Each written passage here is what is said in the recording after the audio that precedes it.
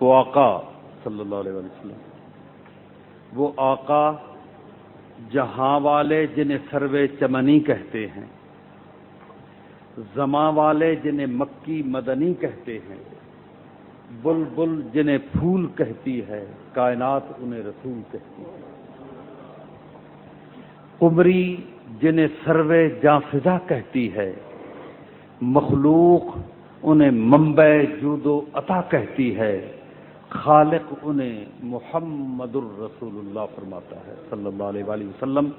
تو اب پیارے نبی صلی اللہ علیہ وآلہ وسلم کی عظمت و شان سننے کے لیے میں گزارش کرتا ہوں جناب امام المناظرین، غزالی زماں، راضی دوراں، استاذ المحدثین حضرت علامہ محمد اشرف سیالوی صاحب دامت برکاتہم العالیہ، جو حضور پیر سیال لجپال کے منظور نظر بھی ہیں اور پیر سیال لجپال کے تعلیم و تربیت یافتہ بھی جناب استاذ العلماء مولانا محمد اشرف سیالوی صاحب۔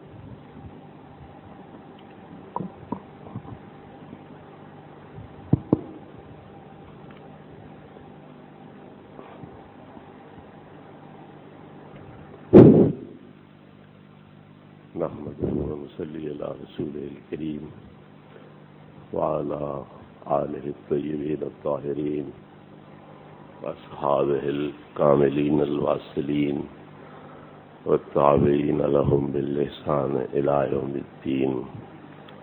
أما بعد فأعوذ بالله من الشيطان الرجيم. بسم الله الرحمن الرحيم. إياك نعبد وإياك نستعين. صدق الله مولانا العظيم وصدق رسوله النبي الكريم الأمين. إن الله وملائكته يصلون على النبي يا أيها الذين آمنوا صلوا عليه وسلموا تسليما. درود پاک. الصلاة والسلام عليك يا سيدي يا رسول الله وعلى آلك وأصحابك يا سيدي يا حبيب الله. الصلاة والسلام عليك يا رحمة للعالمين وعلى آلك وأصحابك يا شفيع المسلمين. الصلاة والسلام عليك يا قائد الغر المهجلين وعلى آلك وأصحابك يا إمام الأنبياء والمرسلين. صاحب صدق گرامی قدر حضرت علامہ مولانا محمد یوسف صاحب نقشبندی دامت برکاتہ العالیہ، عزت مآب جناب چودھری صاحب دامہ اقبالہ، واجب الاحترام علماء کرام، بزرگوں اور بھائیوں، اللہ تبارک و تعالی نے ہمیں دعا مانگنے کا ایک طریقہ سکھلایا. اس میں سب سے پہلے اپنی حمد و ثنا الحمدللہ رب العالمین الرحمن الرحیم مالک یوم الدین یہ بتلائی کہ دعا مانگنے سے پہلے میری شان کے لائق حمد و ثنا کرو، میرے اوصاف کمال جو ہیں ان کا تذکرہ کرو. اس کے بعد میرے اور اپنے درمیان جو تعلق ہے، رابطہ ہے، اس کا اظہار کرو کہ ہم تیرے عابد ہیں، تو ہمارا معبود ہے، ہم تجھ سے مدد طلب کرنے والے ہیں، تو ہمارا مددگار ہے، ہم تیرے محتاج ہیں، تو ہماری حاجت پوری کرنے والا ہے. اس کے بعد تیسرے مرحلے میں پھر مجھ سے اپنا محتاج ہے تو وہ طلب کرو. اہدنا الصراط المستقیم، ہمیں سیدھی راہ پر چلا. تو یہ جو اللہ اور ہمارے درمیان ایک ربط اور تعلق والی صورت ہے، تو وہ کیا ہے کہ اللہ معبود ہے، ہم عابد ہیں، وہ مستعان اور حاجت روا ہے، مشکل کشا ہے، ہم حاجات اس سے طلب کرنے والے ہیں اور مشکلات کے حل کے لیے اس کی بارگاہ ناز میں اپیلیں، دعائیں، درخواستیں پیش کرنے والے ہیں۔ تو بدقسمتی سے اہل اسلام میں کچھ ایسے افراد پیدا ہو گئے جن کو یہ غلط فہمیاں ہیں ہمارے بارے میں کہ یہ لوگ غیر اللہ کی عبادت کرتے ہیں، غیر اللہ سے حاجات طلب کرتے ہیں، لہذا یہ مشرک ہیں، عبادت میں غیر کو اللہ کے ساتھ شریک ٹھہراتے ہیں، حاجات کے طلب میں، مشکلات کے حل میں اللہ کے ساتھ غیروں کو شامل اور شریک ٹھہراتے ہیں، لہذا یہ مشرک ہے۔ تو یہ کوئی نئی بات نہیں ہے، یہ گروہ بھی بڑا پرانا ہے اسلام کے اندر، اور بڑی پاک سے پاک تر ہستیاں ان کے اس ظلم اور تعدی کا نشانہ بنتی رہی ہے۔ ہم غریب کس شمار میں ہیں اور کس گنتی میں ہیں۔ مولا مرتضیٰ حضرت سیدنا علی شیر خدا رضی اللہ تعالی عنہ نے اپنے اور حضرت امیر معاویہ رضی اللہ عنہ کے درمیان اختلافات طے کرنے کے لیے ثالثی فیصلہ قبول کر لیا۔ آپ کی طرف سے حضرت ابو موسیٰ اشعری رضی اللہ تعالی عنہ ثالث مقرر ہوئے، اور امیر معاویہ رضی اللہ عنہ کی طرف سے حضرت عمرو بن عاص رضی اللہ عنہ ثالث مقرر ہوئے کہ ہمارے اختلافات کا جو یہ دو ثالث فیصلہ کریں گے ہمیں منظور ہوگا۔ تو آپ کے لشکر سے 9000 آدمی یہ کہتے ہوئے الگ ہو گیا کہ ہمارا امیر مشرک ہو گیا ہے، کیوں؟ اس نے غیر اللہ کا حکم مان لیا ہے۔ اور قرآن کہتا ہے ان الحکم الا للہ، حکم صرف اللہ کا ہے۔ انہوں نے ابو موسیٰ اور عمرو بن عاص کا حکم تسلیم کر لیا، لہذا یہ مشرک ہو گیا۔ پہلے یہ مانے کہ واقعی میں مشرک ہو گیا ہوں، پھر کریں توبہ اس شرک سے، اس کے بعد ہم دیکھیں گے کہ ایسے امیر کی ہمیں اتباع کرنی چاہیے یا نہیں کرنی چاہیے، ساتھ دینا چاہیے یا نہیں دینا چاہیے۔ تو پہلا فتویٰ شرک کا یہ نبی کریم علیہ الصلوۃ والتسلیم کے بھائی، داماد اور سرچشمہ ولایت حضرت علی مرتضیٰ شیر خدا رضی اللہ عنہ پہ عائد ہوا۔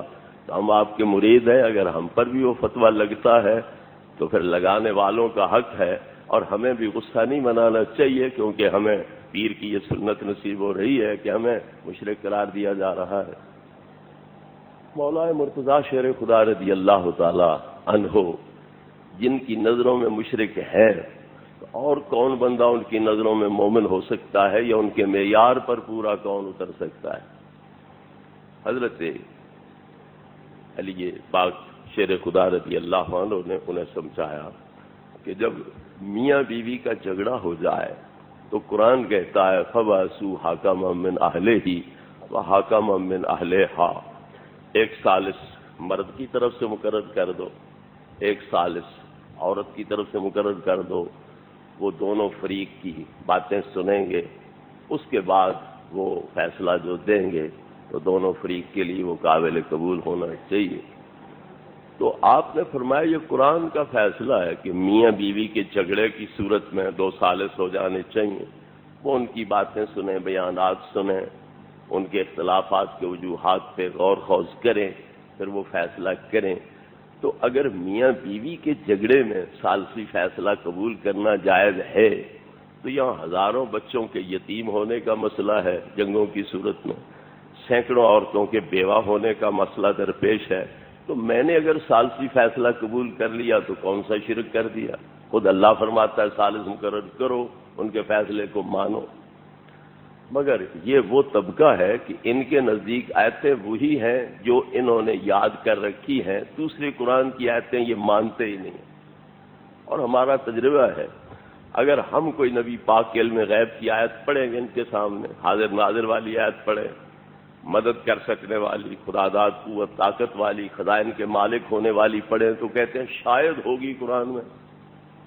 یہ میں حلفی عرض کر رہا ہوں کہ جواب یہ ہوگا کہ شاید ہوگی قرآن، لیکن اپنی نے پوری طرح یاد ہے، جو ان کی مرضی کے فاسد عقیدہ کے موافق ہوں وہ پوری طرح یاد ہے ان کو، وہ بڑے تڑلے سے، بڑے وثوق سے بیان کریں گے، اور جو ہم بیان کریں گے تو شاید ہوگی قرآن میں۔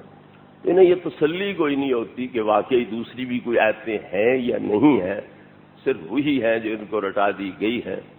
تو بہرحال انہوں نے مولا مرتضیٰ رضی اللہ عنہ کے اس استدلال کو نظر انداز کیا۔ آپ نے نبی کریم علیہ السلام کا عمل بیان کیا کہ جب کفار کے سارے قبائل مل کے باہم اتفاق سے مدینہ پاک پر حملہ آور ہوئے کہ یک بارگی سارے مل کے حملہ کرو اور نعوذ باللہ مسلمانوں کو اور اسلام کو ہمیشہ کے لیے ختم کر دو، جو تھوڑے تھوڑے جانا اور لڑنا اس سے کوئی کامیابی نہیں ہو رہی ہے، لہذا سارے قبیلے مل کے یک بارگی حملہ کر کے ان کو تہ تیگ کر دو۔ اس برے نظریے کے تحت غلط سوچ کے مطابق سارے قبائل عرب امٹ کے آ گئے۔ 5000 یا اس سے بھی زیادہ لشکر تھا کافروں کا جو میدان جنگ کے اندر خندق کے مقام پر وارد ہوا۔ تو بنو قریظہ اور نبی کریم علیہ السلام کا معاہدہ تھا کہ ہم پر کوئی حملہ آور ہوگا تو تم ہماری امداد کرو گے، تم پر کوئی حملہ آور ہوا ہم تمہاری امداد کریں گے۔ انہوں نے سوچا کہ اتنے کافر حملہ آور ہو گئے، اب مسلمان بچ سکتے ہی نہیں ہیں، تو کیا فائدہ مسلمانوں کی امداد کرنے کا، کافروں کی امداد کرو اور اپنی جانوں کا تحفظ ان کے ذریعے حاصل کرو۔ تو انہوں نے خفیہ ساز باز ادھر شروع کر لی۔ اللہ نے نبی کریم علیہ السلام کی امداد فرمائی، غیب سے لشکر بھیجے، ایسی زوردار آندھی چلی کہ بڑے بڑے پتھر اڑ اڑ کے پڑے ان کے گھوڑوں پر، سواریوں پر، اونٹوں پر، وہ رسے توڑوا کے بھاگ گئے، خیمے اڑ گئے ان کے، اور یہ سردی سے ٹھٹھرتے ہوئے بھاگ نکلے وہاں سے، بغیر جنگ کے ہی اللہ نے فتح عطا فرما دی۔ اب جبریل امین علیہ السلام حاضر ہوئے تو دیکھا سرکار لباس جنگ کا اتار چکے ہیں۔ عرض کی یا رسول اللہ ہم نے تو لباس کوئی نہیں اتارا، فوجی وردی میں موجود ہے، تم نے لباس اتار بھی دیا ہے۔ آپ نے فرمایا تو کیا پروگرام ہے؟ عرض کیا کہ اب قریظہ کے ساتھ نمٹ لیں، عین موقع پر انہوں نے غداری کی، کافروں کا ساتھ دیا، تو اب ان کے ساتھ نمٹیں، تو میں جا رہا ہوں آپ بھی آئیں۔ تو نبی کریم علیہ الصلوۃ والتسلیم نے ان کا محاصرہ کر لیا۔ وہ جب ضد آ گئے، عاجز آ گئے، انہوں نے کہا کہ حضرت سعد ثالث ہو گئے تمہارے ہمارے درمیان، جو فیصلہ وہ کریں ہمیں منظور ہے۔ نبی کریم علیہ الصلوۃ والتسلیم نے کہا ٹھیک ہے، حضرت سعد ثالث ہو گئے۔ وہ زخمی تھے، بیمار تھے، جب وہ آئے موقع پر کہ ادھر کی بات چیت بھی سنیں، پھر ان کی بھی سنیں، بنو قریظہ کی بھی، تو جب وہ آ رہے تھے سواری پر سوار ہو کر، تو نبی کریم علیہ الصلوۃ والتسلیم نے فرمایا قوموا الی سیدکم، یہ اب تمہارے ثالث ہے، سردار ہیں، ان کا فیصلہ تم پر ماننا ضروری ہے، لہذا اٹھو، ان کا استقبال کرو، تعظیم کرو اور انہیں سواری سے اتارو عزت احترام کے ساتھ۔ انہوں نے ثالثی فیصلہ کیا کہ چونکہ یہ بدعہد ہے، کافروں کا ساتھ دیا، مسلمانوں کے ساتھ معاہدہ توڑ دیا، ان کے مردوں کو جو بالغ ہے قتل کر دیا جائے، عورتوں بچوں کو غلام لونڈیاں بنا لیا جائے۔ تو نبی کریم علیہ الصلوۃ والتسلیم نے فرمایا کہ جو اللہ کا لامکان میں فیصلہ تھا، ایسا وہی فیصلہ تو نے اپنی زبان سے کیا۔ تو نبی کریم علیہ الصلوۃ والتسلیم نے خود ثالثی فیصلہ قبول کیا، ثالث مقرر کیا، اس کا فیصلہ مانا۔ تو مولا علی نے فرمایا جب نبی پاک نے یہ ثالثی فیصلہ قبول کیا، میں نے کون سا نیا کام کیا ہے، میں مشرک کیسے ہو گیا؟ انہوں نے کہا نہیں، تم مشرک ہو، ہمارا یہی فتویٰ ہے، تم مانو پہلے میں مشرک ہوں، پھر توبہ کرو، پھر ہماری مرضی، ہم تمہارا ساتھ دیں یا نہ دیں۔ آپ نے فرمایا چلو دفع ہو، وہ جہاں جانا ہے جاؤ، جب تک تم پہلے فساد کی ابتدا نہیں کرو گے، چھیڑ چھاڑ نہیں کرو گے، ہم تمہارے ساتھ کوئی چھیڑ چھاڑ نہیں کریں گے، لیکن اگر تم نے کوئی عملی فساد مچایا پھر ہم تمہیں کیفر کردار تک پہنچائیں گے۔ چنانچہ آپ کے ایک عزیز اور غلام حضرت عبداللہ ابن خباب ابن ارت اپنی بیوی سمیت ان کے قیام گاہ کے لشکر کے پاس سے گزرے، انہوں نے پکڑ لیا ان کو، ان کی بیوی حاملہ تھی، اس کا پیٹ چاک کر دیا، پیٹ میں بچہ تھا، اس کو نیزے پہ لٹکا دیا، اور حضرت عبداللہ ابن خباب ابن ارت کے ہاتھ پاؤں باندھ کے بیڑیاں اور ہتھکڑیاں ڈال کے جکڑ کے پھینک دیا۔ اسی دوران ایک کھجور گری پڑی تھی، کسی سپاہی نے وہ کھجور اٹھا کے کھانے کا ارادہ کیا، تو حضرت امیر صاحب نے کہا اوئے یہ پھینک دے کھجور، ہو سکتا ہے کسی ذمی کی ہو، عیسائی یہودی کی ہو جو ہماری رعیت ہے، اور ہم پابند ہیں ان کی جان مال کی حفاظت کے، تو اس لیے یہ کھجور ہمیں کھانی جائز نہیں ہے۔ حضرت عبداللہ ابن خباب ابن ارت بولے کیا بات ہے تمہارے تقوی کی، کیا بات ہے تمہارے تقدس مآب ہونے کی، میری بیوی حاملہ کا پیٹ چاک کیا، اس کے پیٹ والے بچے کو نیزے پہ لٹکایا بغیر جرم کے بغیر قصور کے، ادھر یہ ظلم یہ بربریت، ادھر تقوی پرہیزگاری کا یہ عالم کہ کھجور گری پڑی ہے تو ہو سکتا ہے ذمی کی ہو، ہماری جو رعیت ہے عیسائی یہودی ان کی ہو، لہذا ہمیں نہیں کھانی چاہیے، ادھر تقوی کا یہ حال۔ تو نے کہا اچھا تو بڑا بولتا ہے، تیری زبان بڑی لمبی ہے، اس کو ہمیشہ کے لیے خاموش کیوں نہ کر دیا جائے، تو ان کو قتل کر دیا۔ اس وقت مولا مرتضیٰ شیر خدا رضی اللہ عنہ نے فرمایا کہ اب صبر کا پیمانہ صرف لبریز ہی نہیں ہوا، چھلک پڑا ہے، اب ان کے خلاف کوئی رعایت کرنا یہ جائز نہیں ہے۔ آپ نے فوج لی، ان کے خلاف حملہ کیا، ان کے امیر نے حکم دیا اپنے لشکریوں کو کہ نیزے پھینک دو، تلواروں سے لڑو حضرت علی اور ان کی فوج کے ساتھ۔ مولا مرتضیٰ نے فرمایا تم تلواریں رکھ دو، نیزوں کے ساتھ دور سے ہی ان کا کام تمام کرتے جاؤ۔ یہ جتنا لشکر تھا سارا تہہ تیغ ہو گیا، 9 بندے صرف بچے، باقی سارے قتل ہو گئے۔ آپ نے فرمایا کہ یہ لاشوں کا جو ڈھیر ہے اس میں سے ایک بندہ تلاش کرو جو ٹنڈا ہو، بایاں بازو اس کا کٹا ہوا ہو، اس کا سرا عورت کے پستان کی طرح ہو، اوپر اس کے بال ہوں، قد چھوٹا ہو، رنگ سانولا ہو، ایسا بندہ تلاش کرو۔ لشکری گئے، لاشیں ادھر ادھر ہٹائیں، بندہ انہیں کوئی نہ ملا۔ مولا مرتضیٰ شیر خدا رضی اللہ عنہ نے فرمایا ما کذبت وما کذبت، نہ میں نے جھوٹ بولا ہے نہ میرے ساتھ جھوٹ بولا گیا ہے، مجھے بتلایا تو اس ذات نے جن کی زبان پر اللہ کا کلام نازل ہوتا تھا، اس لیے انہوں نے بھی سچ فرمایا، میں نے بھی سچ بیان کیا، بندہ یہاں ہے تلاش کرو۔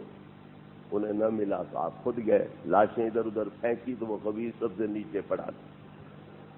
آپ نے نعرہ تکبیر بلند کیا، اللہ اکبر، تو کہا الحمدللہ۔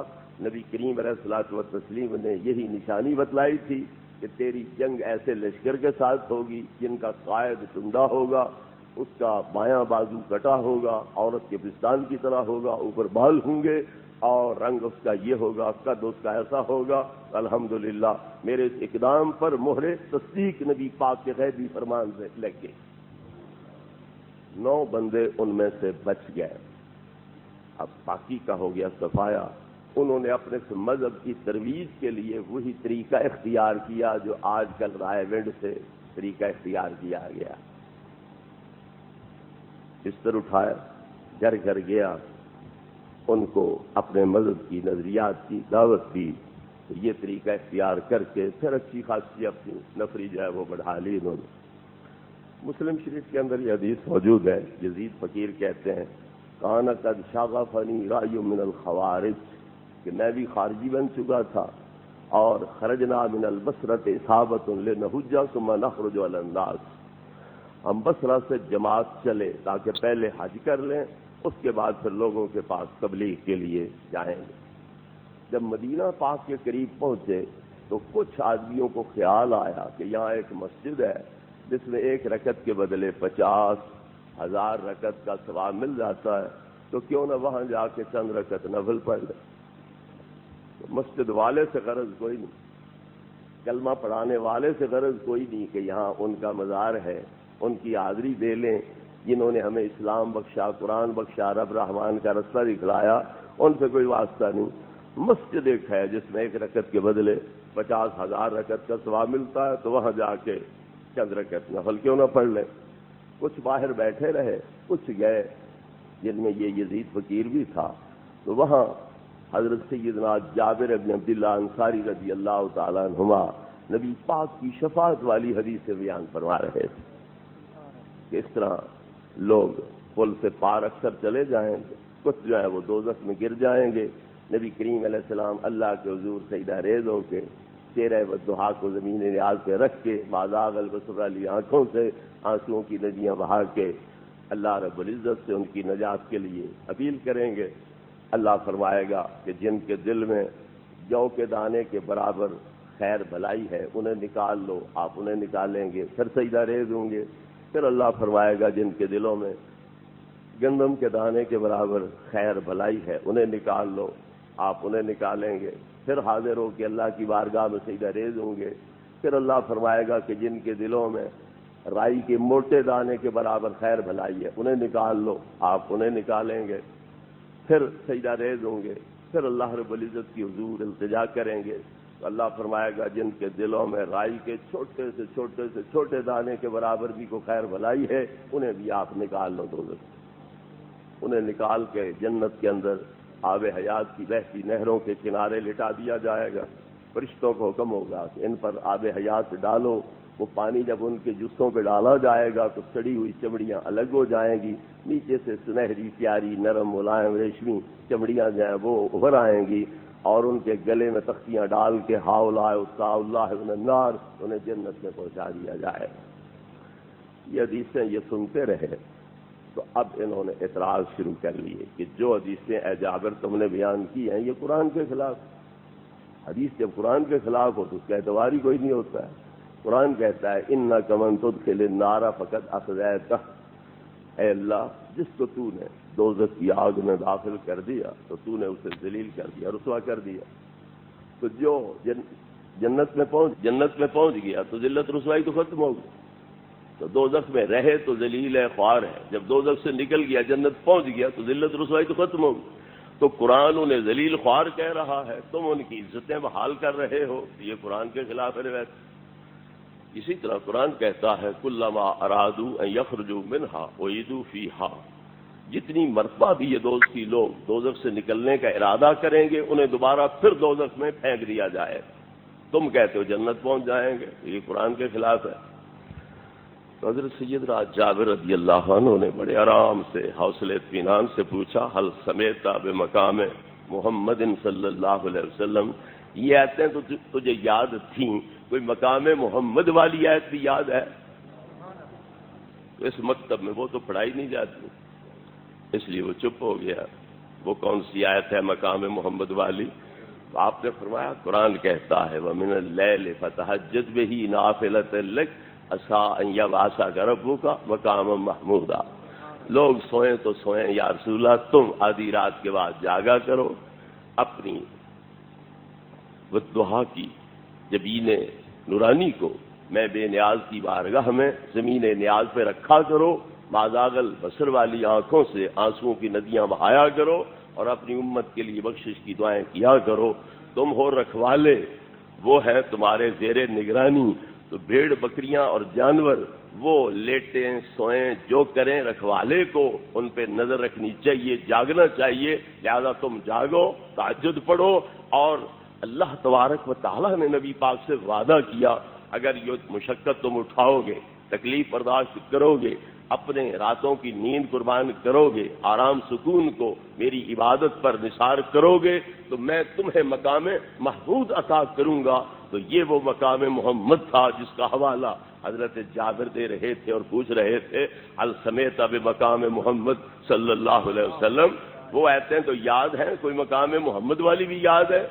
وہ چپ ہو گئے۔ آپ نے فرمایا نبی کریم علیہ السلام کے ساتھ اللہ تعالیٰ کا وعدہ ہے کہ قیامت کے دن عرش کے ساتھ تمہاری وزارت عظمیٰ اور شفاعت کبریٰ کی کرسی ہوگی اور میدان معاشر کا معاملہ میں تمہارے ہاتھ میں دے دوں گا، لہذا جس کو چاہنا دوزخ میں بھیجنا، جس کو چاہنا تم جنت میں بھیجنا، یہ مقام محمود ہے اور میں اس کا تقاضا تمہارے سامنے بیان کر رہا ہوں۔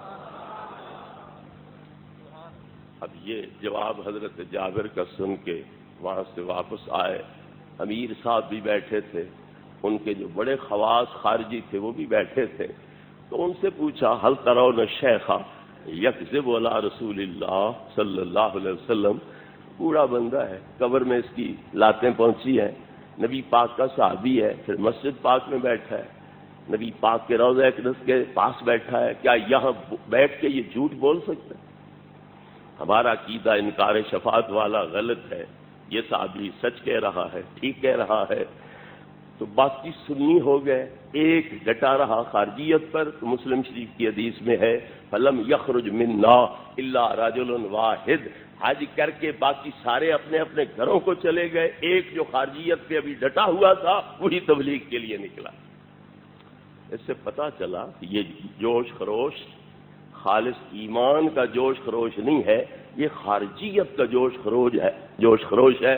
اور خارجیت یوں سمجھو جس طرح کتا باولا ہو جاتا ہے، وہ مالک کے قلعے پہ نہیں ٹکتا، پٹے میں نہیں رہتا، زنجیر میں نہیں رہتا، وہ خلاصی چاہتا ہے، تو جب اس کا پٹا اتار دیا جاتا ہے تو وہ بھاگتا ہی رہتا ہے، جب تک اس کے جسم میں سانس ہوتا ہے وہ کہیں ٹکتا نہیں ہے، دوڑتا ہی دوڑتا رہ جاتا ہے۔ اسی طرح یہ بھی ایک باولا پن ہے، جب تک یہ خارجیت اندر رہتی ہے یہ دوڑاتی ہی رہتی ہے، سانس ختم ہوگا تو پھر یہ ٹکیں گے قبر کے اندر جا کر، اس سے پہلے ان کے ٹکنے کا سوال ہی پیدا نہیں ہوتا۔ نبی کریم علیہ الصلوۃ والتسلیم فرماتے ہیں تتجارا بہم الاہواء کما تتجارا بہم الکلب، جس طرح باولا پن کتے کو ہلکا پن ہو جائے، باولا پن ہو جائے، تو جس طرح وہ ٹک نہیں سکتا ہے، یہ لوگ بھی اپنی جگہ پر ٹک نہیں سکیں گے، دوڑتے ہی دوڑتے رہ جائیں گے۔ تو لہذا ان لوگوں کا نشانہ ہمیشہ اللہ کی پاک ہستیاں رہی ہے، اور یہ تو حضرت علی نبی پاک کے امتی ہیں، غلام ہیں، خود نبی پاک نہیں ان کے ظلم سے بچے، ان کی تنقید سے نبی پاک نہیں بچے ہیں، تو امتی کیسے بچ سکتے؟ نبی کریم علیہ الصلوۃ والتسلیم نے حنین کی جنگ میں اپنی خداداد طاقت استعمال کر کے فتح حاصل کی۔ حالانکہ مسلمانوں کا لشکر 12,000 تھا، کافروں کے لشکر کی اتنی تعداد نہیں تھی، لیکن اس میں جو مکے سے نئے مسلمان ہوئے تھے، جوشیلے جوان، وہ آگے آ گئے کہ کل تک ہم اسلام کے خلاف کارروائیاں کرتے رہے ہیں، اب ہم اپنی تلافی چاہتے ہیں، سابقہ غلطیوں کا تدارک چاہتے ہیں، ہم پہلے ہوں گے۔ وہ آگے آ گئے۔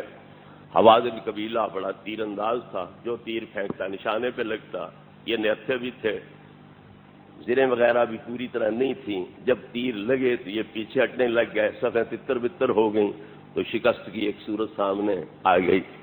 تو نبی کریم علیہ الصلوۃ والتسلیم جب یہ صورتحال دیکھی تو مٹھی بھری مٹی کی اور ان کافروں کی طرف پھینکی اور فرمایا شاہت الوجوہ، تمہارے چہرے کبھی ہو، تم ذلیل ہو، وہ خوار ہو، وہ بس وہ مٹی پھینکنے کی دیر تھی کہ ان کی ساری جو تھی جرأت شجاعت وہ خاک میں ملتی گئی، وہ دل بن گئے، حوصلے ہار گئے، پسپائی پہ مجبور ہو گئے، حتیٰ کہ وہ سارا ساز و سامان وغیرہ چھوڑ چھاڑ کے بھاگ گئے۔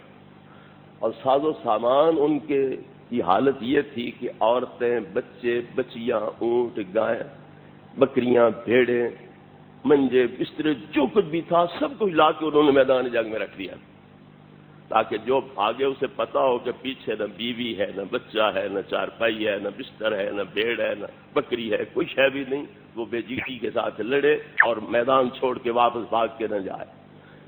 نبی کریم علیہ الصلوۃ والتسلیم نے یہ سارا سامان جب میدان جنگ میں جڑا ہوا دیکھا تو فرمایا انشاءاللہ کل یہ سارا ہمارے لیے مال غنیمت ہوگا۔ آپ نے کل کی بات بتلا دی کہ کل یہ سارا ہمارے ہاتھ میں ہوگا، ہم اس کے مالک ہوں گے اور مال غنیمت کے طور پر ہمارا اس پہ قبضہ ہوگا۔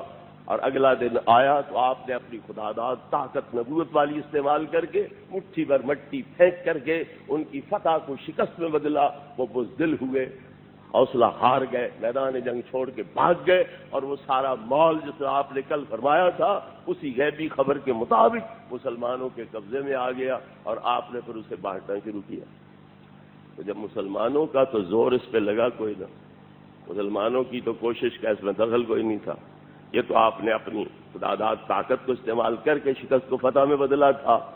تو آپ نے کیا کیا، وہ جو نئے مسلمان ہوئے تھے مکے والے، جن کا اسلام کے خلاف لڑنے کی بدولت جانی نقصان ہوا، مالی نقصان ہوا، تو وہیں ان کے گھروں پہ آئیں تو نبی پاک نے ان کی دلجوئی کے لیے کسی کو 100 اونٹ دے دیے، کسی کو 1000 بکری دے دی، کسی کو 10,000 درہم دے دیے۔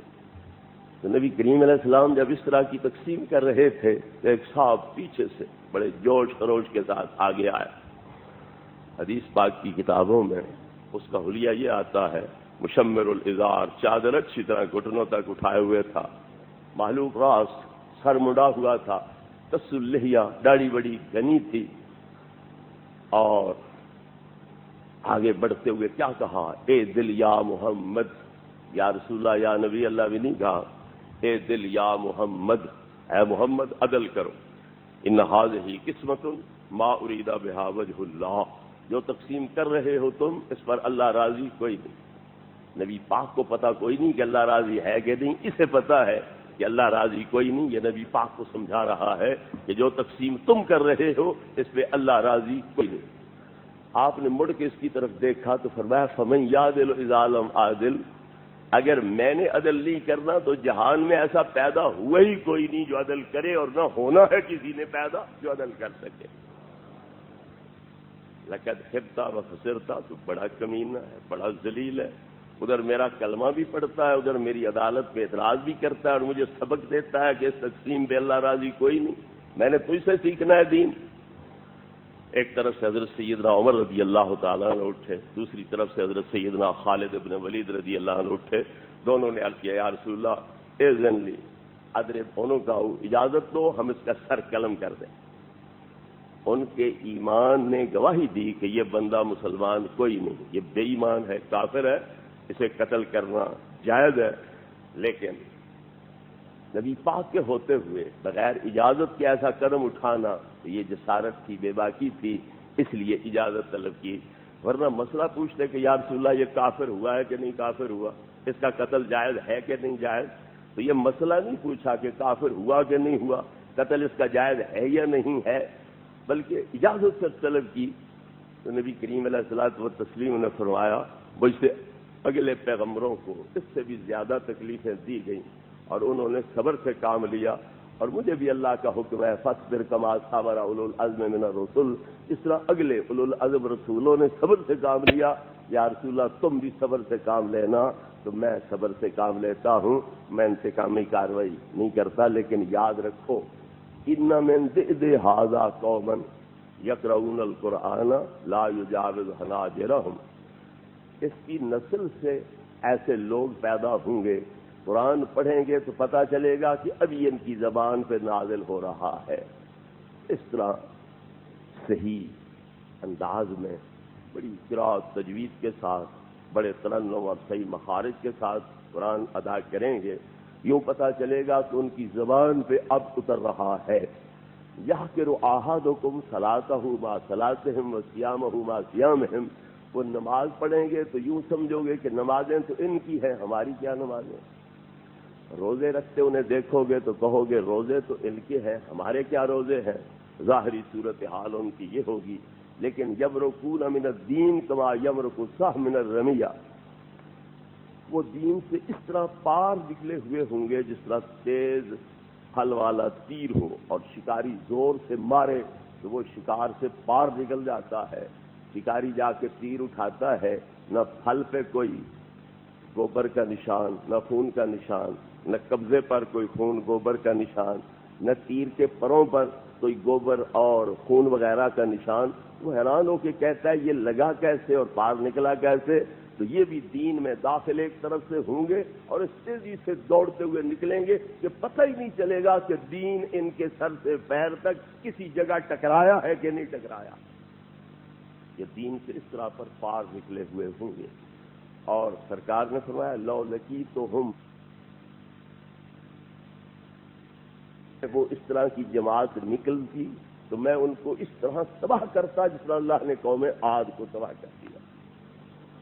تو یہ ان کی شان نبی کریم علیہ السلام نے پہلے سے بیان کر دی ہے کہ وہ نکلیں گے، اس کی نسل ہوں گے۔ ایک ترجمہ یہ ہے کہ اس بندے کی نسل سے وہ جماعت نکلے گی، دوسرا ترجمہ اس کا یہ ہے کہ اس کی اصل سے وہ ہوں گے، یعنی آئیں گے بعد میں، پر اس کے بھی باپ ہوں گے گستاخی اور بے ادبی کے لحاظ سے۔ جٹ لوگ کہتے ہیں بھی ڈاچی اگر 50 کوس کرتی ہے نا تو سوڈا اس کا 55 کوس کر جاتا ہے، کیوں کبھی آگے آ گیا، کبھی پیچھے، کبھی دائیں سے مڑ کے آگے آ گیا، کبھی بائیں سے مڑ کے آگے آ گیا، تو اونٹنی اتنا سفر طے نہیں کرتی جتنا کہ اس کا بچہ طے کر جاتا ہے۔ اگر وہ 50 میل کرتی ہے تو بچہ اس کا 55 میل یا سے بھی زیادہ کر جاتا ہے۔ تو یہ آئیں گے بعد میں، لیکن گستاخی اور بے ادبی کے لحاظ سے یہ اس کے بھی باپ ہوں گے جو تمہارے سامنے گستاخ کھڑا ہے۔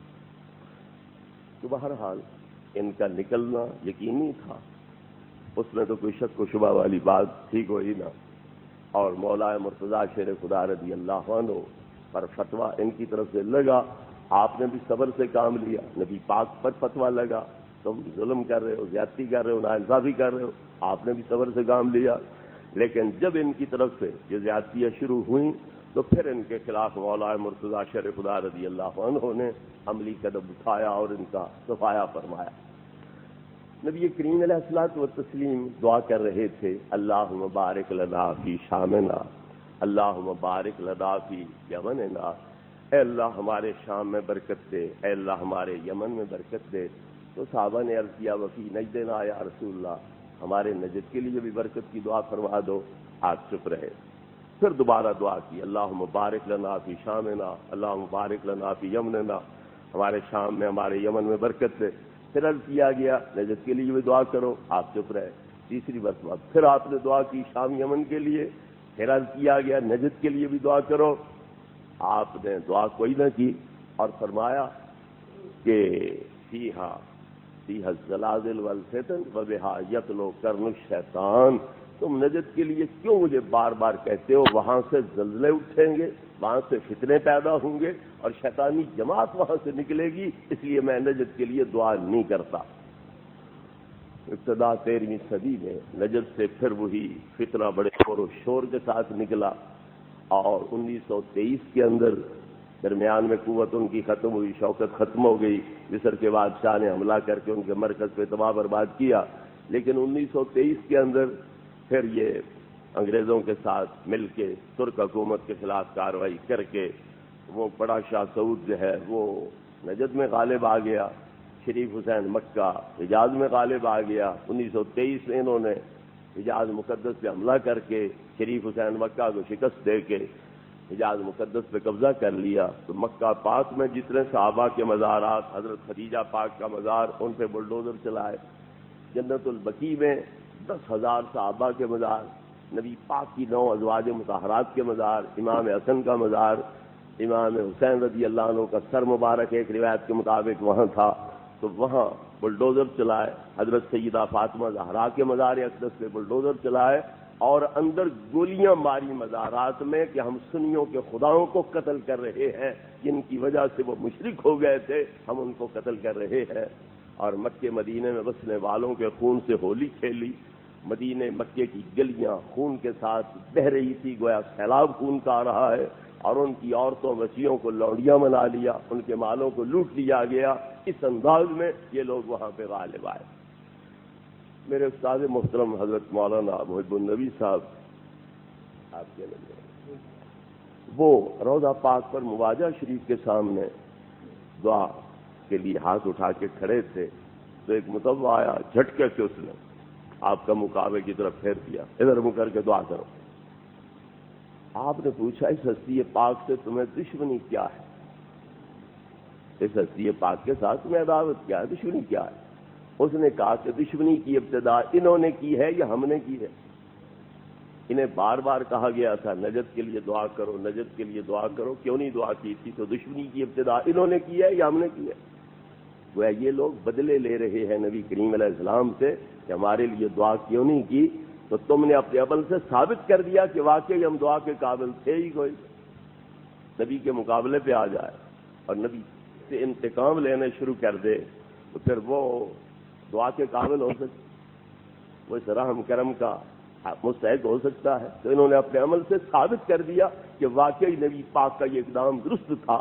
اور سوچنے کی بات یہ ہے کہ 13ویں صدی کی ابتدا میں اس گروہ نے نکلنا تھا، لیکن پہلی 12 صدیوں کے لوگ بھی نبی کریم علیہ السلام نے مد نظر نہ رکھے، ان کا خیال بھی کوئی نہ کیا، اور پچھلے منحوس ٹولے کی نحوست کی وجہ سے دعا سے خطے کو نہ نوازا، اور یہ بتلا دیا کہ وہاں سے زلزلے اٹھیں گے، فتنے اٹھیں گے اور شیطانی ٹولہ نکلے گا، اس لیے میری دعا کے وہ حقدار نہیں ہے۔ حضرات گرامی، یہ لوگ شرک کے فتوے میں بڑے جلد باز، ہر بات پہ شرک شرک شرک کا فتویٰ دیتے ہیں۔ ہم یا رسول اللہ کہتے ہیں، یہ غیر اللہ سے استعانت ہے، لہذا یہ شرک ہے، اور ہم اس بنا پر سارے مشرک کہلاتے ہیں۔ حالانکہ اللہ رب العزت نے ہمیں منع نہیں کیا نبی پاک کو پکارنے سے، صرف پکارنے کا طریقہ بتلایا ہے کہ پکارو تو اس طریقے سے پکارو، عامیانہ انداز میں مت پکارو اگلے امتی جس طرح اپنے انبیاء کو پکارتے تھے اس طرح مت پکارو، بلکہ اس طرح پکارو جس طرح اب میں پکار رہا ہوں۔ اگلے انبیاء کو میں نے نام لے کے پکارا، یا آدم اسکن انت وزوجک الجنہ، یا نوح اہبط بسلام منا وبرکات، یا ابراہیم آردا ھذا، یا موسیٰ، یا عیسیٰ، یا داؤد، یا زکریا، یا یحییٰ۔ تو میں ہر پیغمبر کو ذاتی نام لے کے پکارتا رہا اور امتیں بھی پکارتی رہیں، لیکن اب میں نے طریقہ بدل دیا، یا اپنے محبوب کے منصب نبوت رسالت کو سامنے رکھ کے پکارتا ہوں، یا ایھا النبی، یا ایھا الرسول، یا ان کی محبوبانہ اداؤں کو سامنے رکھ کے پکارتا ہوں، یا ایھا المزمل، یا ایھا المدثر۔ تو تم نے پکارنا ہو تو پھر میری سنت پہ عمل کرو، خبردار روکھے انداز میں مت پکارو یا محمد یا احمد کہہ کے جس طرح ایک دوسرے کو روکھے انداز میں پکارتے ہو، ایسے مت پکارو، بلکہ میری سنت پہ عمل کرتے ہوئے یا رسول اللہ، یا نبی اللہ، یا حبیب اللہ، اس انداز میں پکارنا۔ لا تجعلوا دعاء الرسول بینکم کدعاء بعضکم بعضا، جس طرح ایک دوسرے کو پکارتے ہو روکھے انداز میں، اس انداز میں میرے محبوب کو مت پکارو۔ اگر پکارنا جائز ہی کوئی نہیں تھا تو اللہ فرماتا لا تدعوا الرسول، لا تنادوا الرسول، رسول کو ندا مت کرو، رسول کو مت پکارو۔ لیکن اللہ رب العزت نے مقید کیا ہے، اسے ایک قید لگائی، تخصیص فرمائی کہ لا تجعلوا دعاء الرسول بینکم کدعاء بعضکم بعضا، جس طرح تم آپس میں ایک دوسرے کو پکارتے ہو اس طرح میرے رسول کو نہ پکارو۔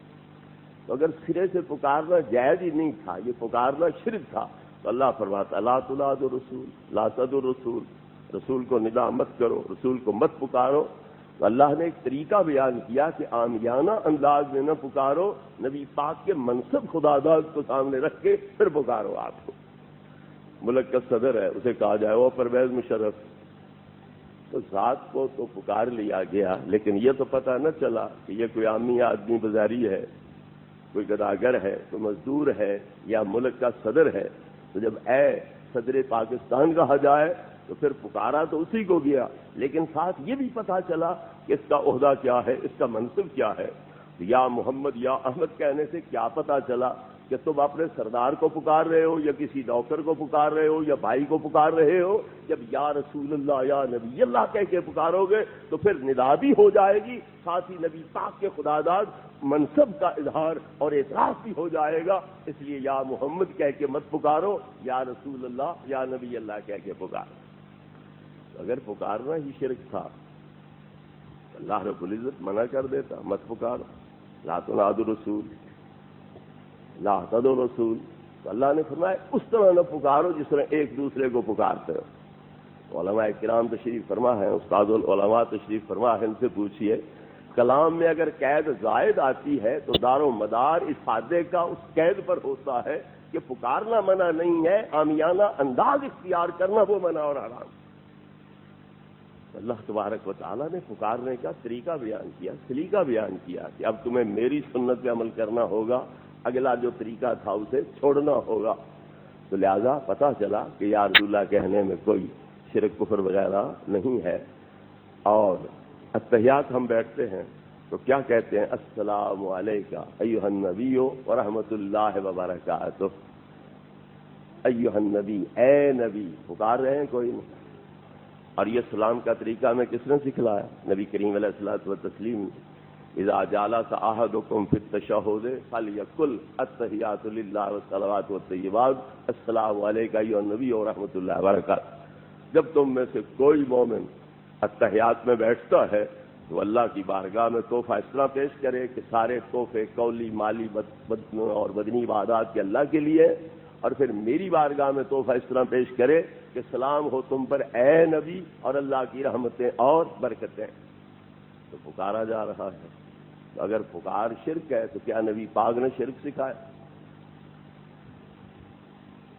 صحابہ کرام علیہ رضوان شرک کرتے رہے، اللہ رب العزت کو بھی پتا کوئی نہ چلا کہ نیچے میرا نبی تو شرک کی تعلیم دے رہا ہے، میں نے شرک مٹانے کو انہیں بھیجا تھا تو وہ الٹا شرک پھیلا رہے ہیں۔ میری نماز کے اندر اپنا سلام، اور وہ بھی خطاب کے صیغے سے رکھا ہوا ہے، سلام ہو تم پر اے نبی اور اللہ کی رحمتیں اور برکتیں، تو پھر اللہ رب العزت نے کیوں نہ تنبیہ فرمائی۔ اور یاد رہے کہ خلفائے راشدین نے اپنے دور خلافت میں کسی کو نماز کا طریقہ بتلایا تو وہاں بھی یہی بڑے مجمع میں التحیات سکھلایا، السلام علیکہ ایھا النبی ورحمۃ اللہ وبرکاتہ والا. تو پتہ چلا کہ مطلق پکار یہ شرک نہیں ہے، ناجائز نہیں. بھلی بات ہے کہ ہم کہتے ہیں اے اللہ کے نبی اور ہم مشرک ہو جاتے ہیں. تو کیا نبی ماننا آپ کو یہ شرک ہے؟ کہ ہم یا نبی اللہ رہے ہیں، کہ ہم یا رسول اللہ رہے ہیں، لیکن آپ اللہ بن رہے ہیں، اس کا تو کوئی ہو سکتا ہے؟ یہ تو مرزا غلام احمد والی بات ہو گئی نا، کہ غلام احمد نام رکھا ماں باپ نے نیک فالی کے طور پر کہ اللہ کرے یہ غلام نبی پاک کا بنے. اس نے آیت فٹ اپنے آپ پر کر دی کہ مبشرم برسول یاتی من بعد اسمہ احمد، کہ یہ جو آیت ہے یہ میرے حق میں اتری ہے اور میری بشارت اس میں موجود ہے، میں احمد ہوں. الو کے اچھے ماں باپ نے تو تیرا نام غلام احمد رکھا تھا، تو احمد مدنی پاک ہے اور رسول گرامی ہے، اور اس نیک فالی کے تحت تیرا نام غلام احمد رکھا کہ تجھے اللہ کرے ان کی غلامی نصیب ہو. تو نام تجھے الٹا پڑ گیا، غلامی تجھے نصیب نہ ہوئی. اس آیت کو تو اپنے اوپر فٹ کیسے کر سکتا ہے؟ تو غلام احمد ہے اور وہ احمد کے بارے میں بشارت دی جا رہی. تو کہ ہم یا رسول اللہ رہے ہیں، یا نبی اللہ رہے ہیں اور آپ اللہ بن رہے ہیں، تو کوئی توقیت کا بنتا ہے؟ تو جی اصل بات یہ ہے کہ کسی کو وفات کے بعد پکارنا، دور سے پکارنا اور یہ سمجھنا کہ وہ حاضر ناظر ہیں، تو یہ شرک ہے. تو کوئی سمجھ نہیں آتی ہمیں کہ ان کی کھوپڑی میں مغز نام کی کوئی شے ہے یا نہیں. اگر پکارنا شرک ہے تو پھر مرے ہوئے کو پکارنا، پھر دور سے پکارنا، پھر حاضر ناظر کا عقیدہ رکھ کے پکارنا، پھر یہ قیدیں لگانے کا مطلب کیا ہے؟ استعانت شرک ہے. تو کوئی قریب ہو کہ دور ہو، کوئی زندہ ہو کہ مردہ ہو، ہر حال میں شرک ہونی چاہیے. یہ مرے ہوئے کو خدا سمجھنا شرک ہے، تو زندہ کو خدا سمجھ لیا جائے شرک نہیں ہوگا. جو دور ہو اسے خدا سمجھا جائے تو شرک ہے، جو قریب ہو اسے خدا سمجھ لیا جائے تو شرک نہیں ہوگا. حاضر ناظر سمجھ کے اسے حاجت روا مشکل خدا سمجھا جائے پھر شرک ہوگا، اور حاضر ناظر نہ مانا جائے تو پھر شرک کوئی نہیں ہوگا. تو اگر غیر سے حاجت طلب کرنا شرک ہے تو ہر حال میں شرک ہونا چاہیے.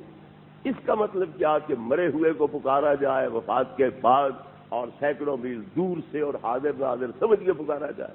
اچھا تو ایاک نعبد میں کیا مطلب ہوگا کہ کسی کی عبادت کرنے کے بعد کی جائے تو شرک ہے، زندہ کی جائے تو شرک کوئی نہیں. تو جو نمرود کو پوجتے رہے مشرک کوئی نہ ہوئے، جو شداد کو پوجتے رہے، فرعون کو پوجتے رہے، وہ مشرک کوئی نہ ہوئے. کیوں؟ وہ تو زندہ کو پوجتے. تو کوئی شیطان کی پوجا شروع کر لے، ان یدعون من دونہ الا شیطانا مریدا، تو کوئی شیطان کی پوجا شروع کر لے، زندہ ہے تو کیا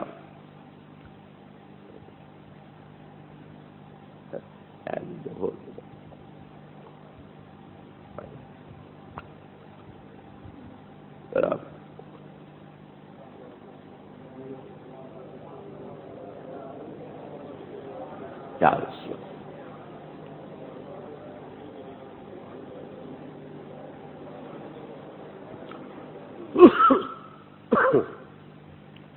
محبوب کریم علیہ الصلوۃ والتسلیم درسی پہلے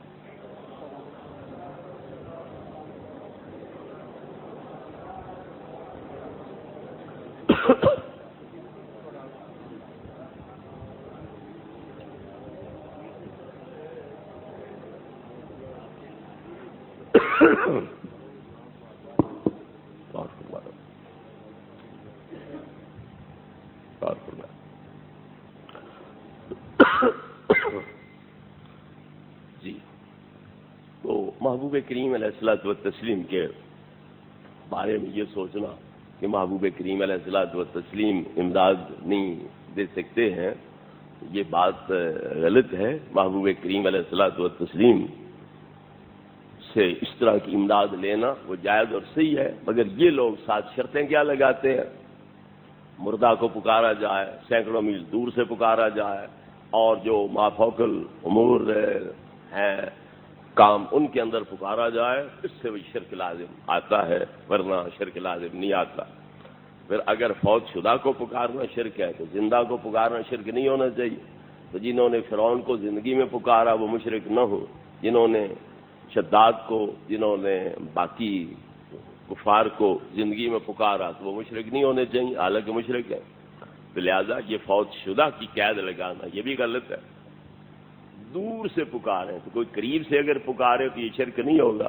کافر لوگ اپنے بت جیبوں میں ڈالے ہوئے ہوتے تھے اور جہاں بھی جاتے تھے وہ جیب سے نکال کے سامنے رکھتے تھے اور اس کی پوجا پاٹ شروع کر دیتے تھے، تو کیا پھر یہ شرک نہیں ہوگا؟ حاضر ناظر مان کے پھر عبادت کرے تو شرک ہے، تو اس کا مطلب یہ ہوا کہ حاضر ناظر نہ مانے تو پھر شرک نہیں۔ تو پھر مسئلہ حاضر ناظر کا رہ گیا، پکارنے کا مسئلہ تو ختم ہو گیا، پکارنا تو شرک نہ ہوا، حاضر ناظر ماننا جا کے شرک ہوا۔ تو کوئی ان کو سمجھ نہیں لگتی کہ شرک کون سی چیز ہے کون سی چیز نہیں ہے، تو لہذا یہ فضول قسم کی قیدیں جو ہے وہ لگائی جاتی ہے۔ تو محبوب کریم علیہ الصلوۃ والتسلیم کو یاد کرنا قریب سے ہو دور سے ہو، ظاہری حیات پاک میں ہو یا وصال شریف کے بعد ہو، جب اس نیت سے پکارا جائے کہ اللہ کی عطا سے آپ کو یہ طاقت حاصل ہے سننے کی قریب اور دور سے، اور اللہ رب العزت کے حضور دعائیں کر کے آپ مشکلیں آسان کروا دیتے ہیں، اس میں کوئی شرک والا پہلو نہیں ہے، کیونکہ نبی کریم علیہ الصلوۃ والتسلیم کو واقعتاً اللہ کے ہاں قرب حاصل ہے، اور جو آپ چاہیں اللہ رب العزت سے منوا سکتے ہیں، اور صرف یہاں نہیں بلکہ قیامت کے دن بھی آپ سب کی شفاعت کریں گے، اور جو آپ چاہیں گے اللہ رب العزت وہی مانے گا اور اس کے مطابق آپ کو اور آپ کی قوم کو جنت کے اندر داخل فرمائے گا۔ تو لہذا یہ لوگ کہتے ہیں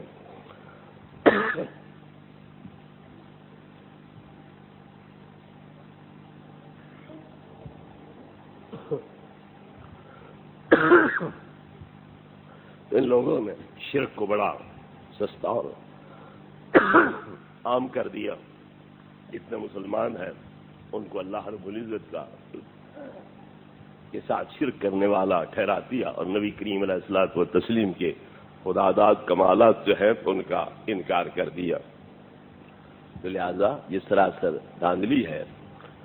قرآن پاک میں جن کی پکار کو شرک قرار دیا گیا ہے اس سے مراد ہے ان کی نمازیں پڑھنا، ان کے آگے سجدہ ریز ہونا اور ان کی عبادت کرنا۔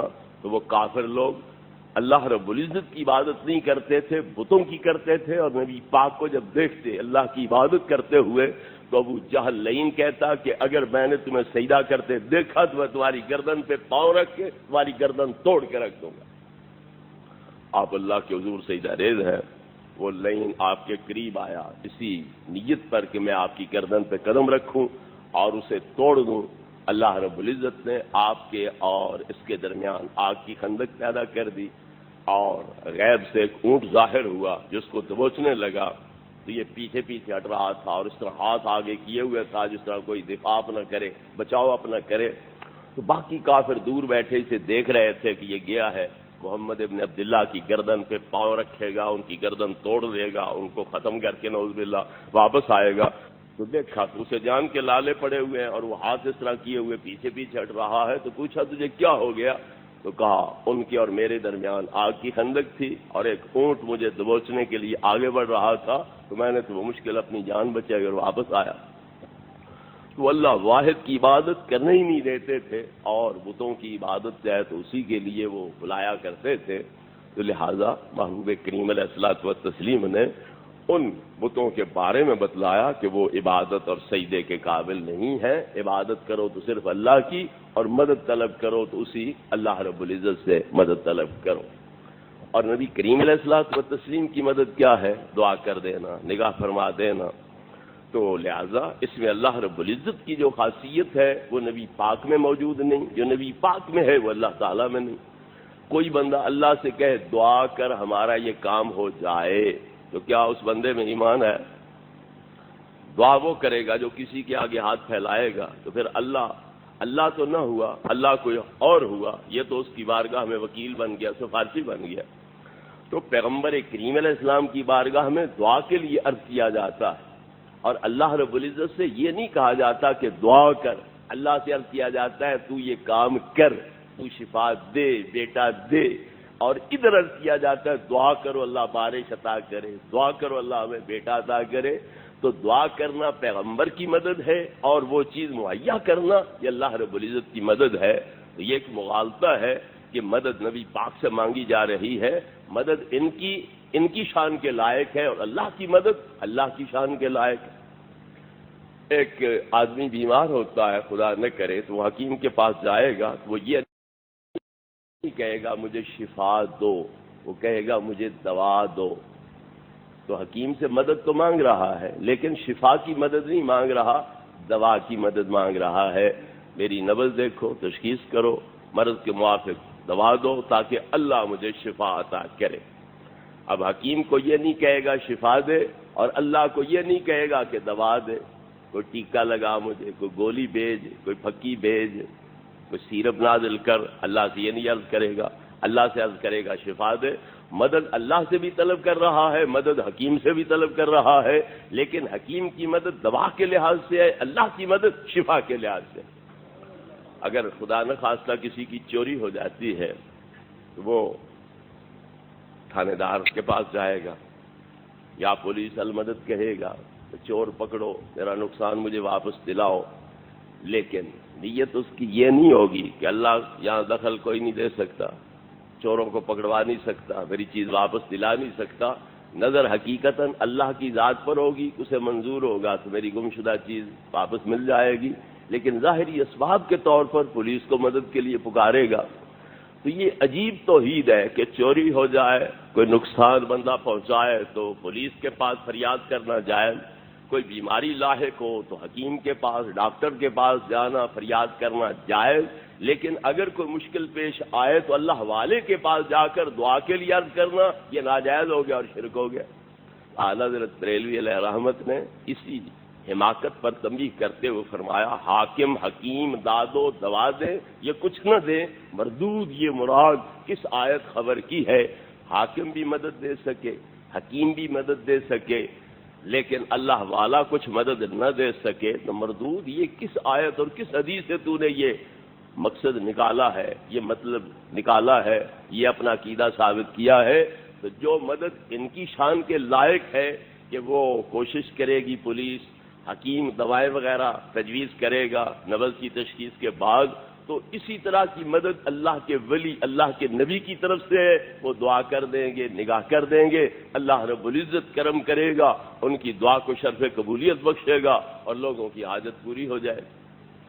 جب بھی صحابہ کرام علیہ رضوان کو کوئی مشکل پیش آتی ہے تو وہ نبی کریم علیہ السلام کی بارگاہ میں دوڑتے ہیں، آپ کی بارگاہ میں دعاؤں کے لیے عرض کرتے ہیں۔ تو نبی پاک نے کبھی نہیں فرمایا کہ اللہ ہر ایک کی سنتا ہے تم آپ دعا کر لو، میری طرف کیوں دوڑے آتے ہو؟ اللہ ہر ایک کی سنتا ہے تو ادھر کیوں آئے ہو؟ آپ دعا کر لو۔ نہیں، آپ خطبہ دے رہے ہیں، خطبے کے دوران قحط سالی زوروں پہ تھی، ایک صحابی نے تنگ آ کے عرض کیا یا رسول اللہ مال مویشی مر گئے، دودھ دینے والا جانور کوئی نہیں، سواری کے قابل جانور کوئی نہیں، پیدل چل کے آنا پڑتا ہے، عورتوں کی چھاتیوں سے دودھ کے چشمے خشک ہو گئے، بچے ساری رات روتے رہتے ہیں، نہ سوتے ہیں نہ سونے دیتے ہیں، خدا کے لیے دعا کرو اللہ بارش عطا کرے۔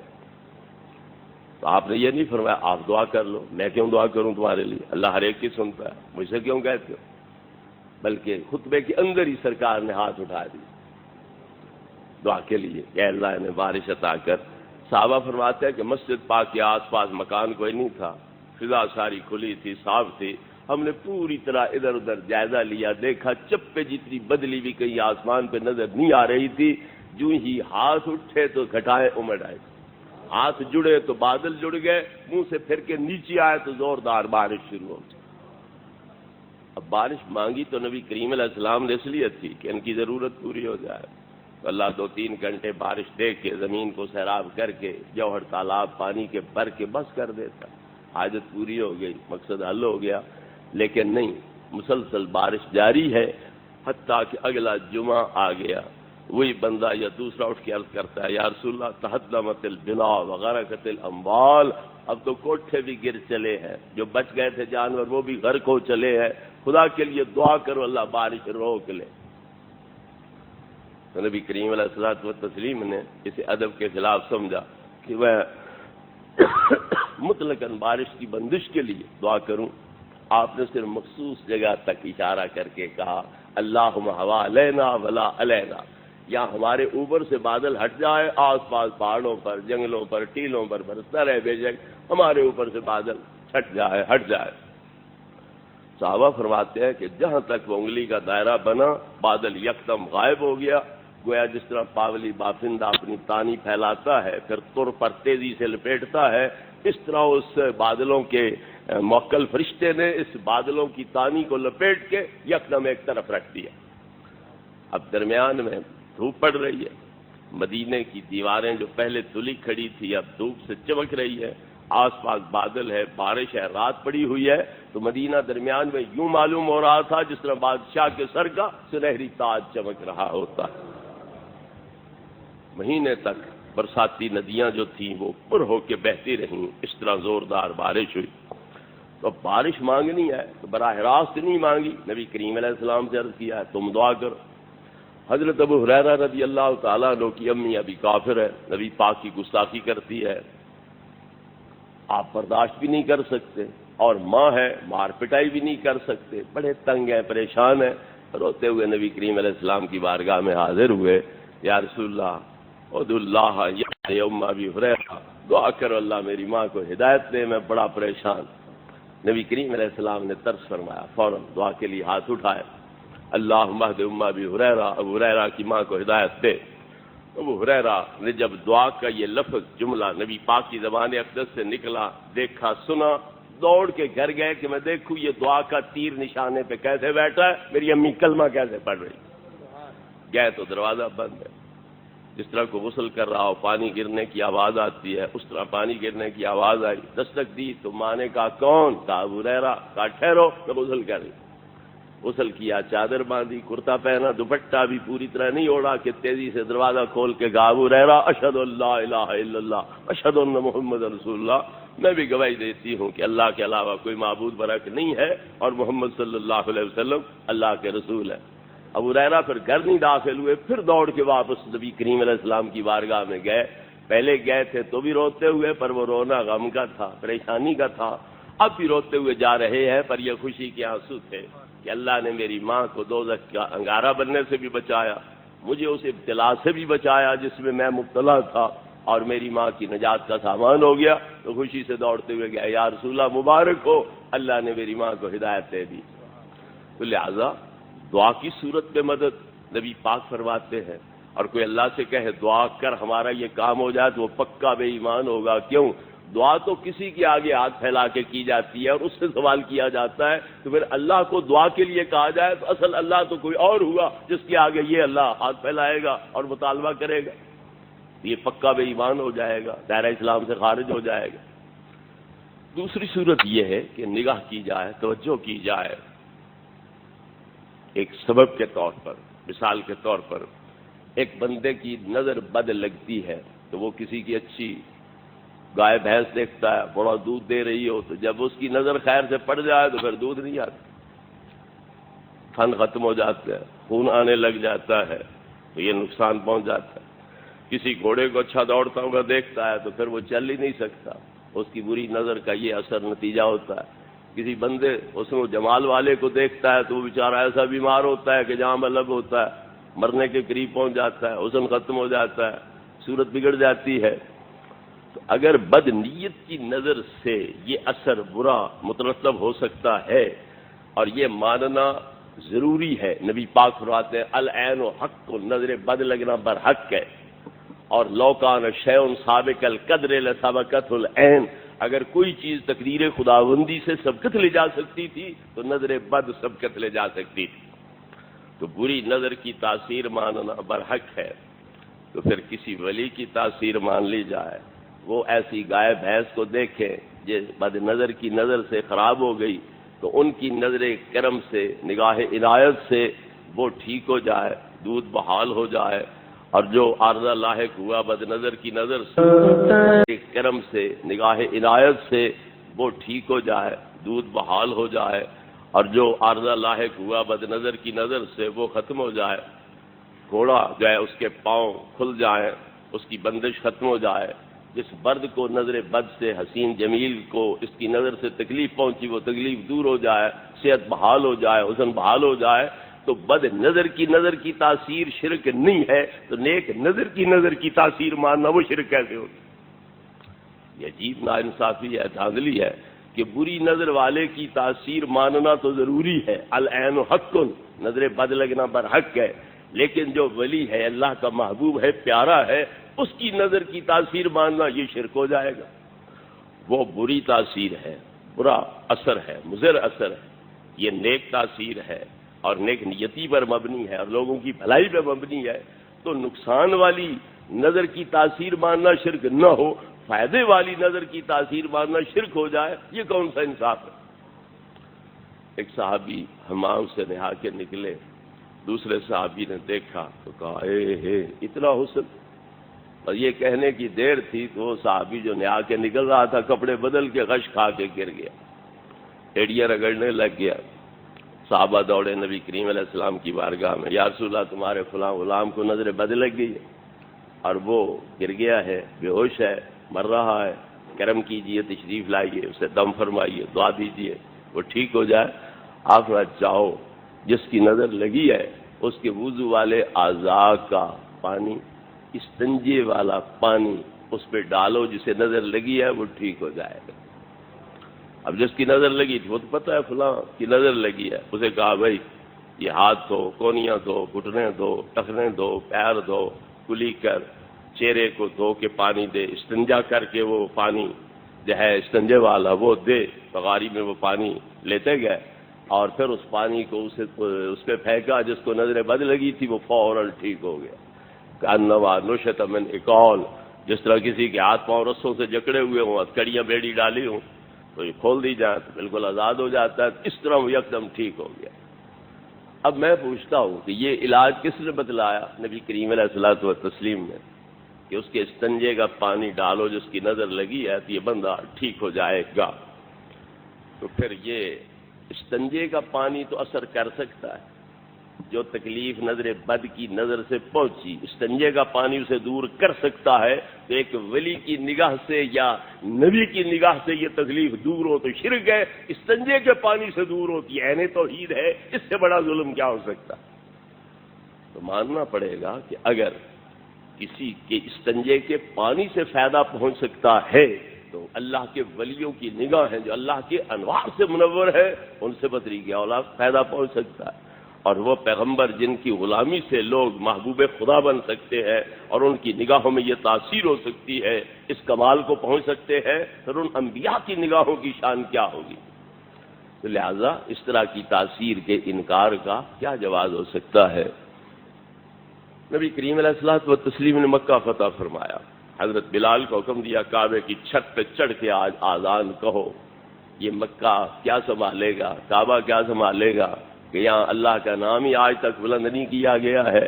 حضرت بلال کعبے کی چھت پہ چڑھ کے اللہ اکبر اشہد اللہ الہ الا اللہ یہ پکارنے لگے تو باہر کافر بچوں نے نقلیں اتارنا شروع کر دی۔ جس طرح ہمارے یہاں کوئی نعت خوان نعت پڑھتا ہے تو بعد میں بچے پھر اس کے لہجے میں وہ مصرعے پڑھتے رہ جاتے ہیں، تو اسی طرح وہ نقلیں کر رہے تھے، اور حضرت بلال کی جو اذان ہے اس کی کیفیت کا وہ گویا نقل اتار رہے تھے، حکایت کر رہے تھے۔ تو ایک بچے کی آواز نبی کریم علیہ السلام کو پسند آ گئی، ابو محذورہ اس کا نام تھا۔ آپ نے صحابہ کو حکم دیا اسے پکڑ کے لے آؤ، وہ پکڑا ہوا آ گیا، آپ نے فرمایا میرے سامنے اذان پڑھ۔ انہوں نے کہا جی سچی بات ہے، میں تو کافر ہوں، میرا کوئی عقیدہ کوئی نہیں، میں تو نقل اتار رہا تھا، مذاق اڑا رہا تھا، ویسے ہی پھپتی کس رہا تھا کہ اس طرح یہ کہتے ہیں مسلمان، میرا تو یہ کوئی عقیدہ نہیں۔ نبی کریم علیہ السلام نے فرمایا کہ میں یہ مجبور نہیں کر رہا کہ تو عقیدہ اپنا، مسلمان بن، مومن بن، ایمان لے، اشہد ان لا الہ الا اللہ اشہد ان محمد رسول اللہ پر، میں صرف تیری زبان سے یہ کلمات سننا چاہتا ہوں، تو سنا جس نیت سے بھی سناتا ہے۔ کافر ہے تو کافر ہے کہ سنا دے، میں مجبور نہیں کرتا کہ تو کلمہ پڑھ، مومن بن، بہرحال سنا صحیح، مجھے تیری آواز پسند آئی ہے۔ اس نے اللہ اکبر شروع کیا، آپ نے اس کے سینے پہ ہاتھ پھیرنا شروع کر دیا۔ جب اشہد ان محمد رسول اللہ پہ پہنچا تو پھر کفر رخصت ہو چکا تھا، دل سے سیاہیاں کفر کی مٹ چکی تھی اور نور ایمان دل میں داخل ہو چکا تھا. اسی لیے حضرت ابو محذورہ کی آذان میں یہ اشہد ان لا الہ الا اللہ بھی 4 مرتبہ ہے, اشہد ان محمد رسول اللہ بھی 4 مرتبہ ہے.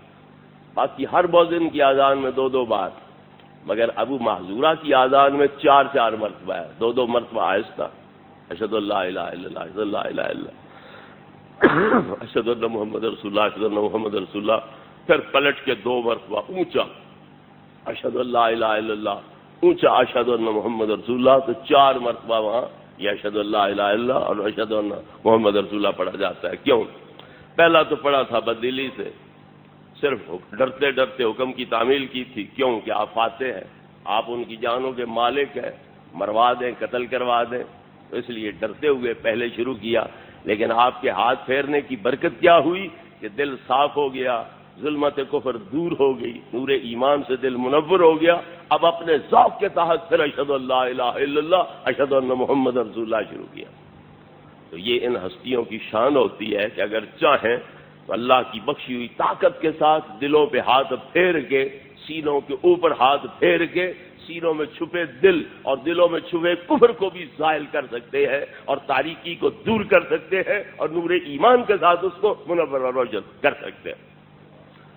محبوب کریم علیہ الصلوۃ والتسلیم کی یہ شان.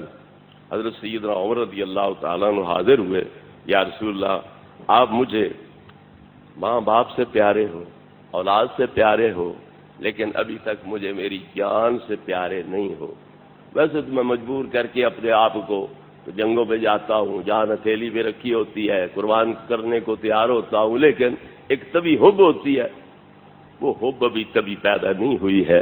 تو نبی کریم علیہ السلام نے فرمایا لا یا عمر, جب تک کہ طبی حب اس طرح پیدا نہ ہو کہ تو اپنی جان سے بھی مجھے محبوب تر نہ سمجھے, تو ایمان کامل نہیں ہو سکتا. زبان سے یہ فرما رہے تھے اور ادھر ہاتھ سینے پہ پھیر رہے تھے. تو نبی کریم علیہ الصلوۃ والتسلیم کا ہاتھ پھرتا گیا.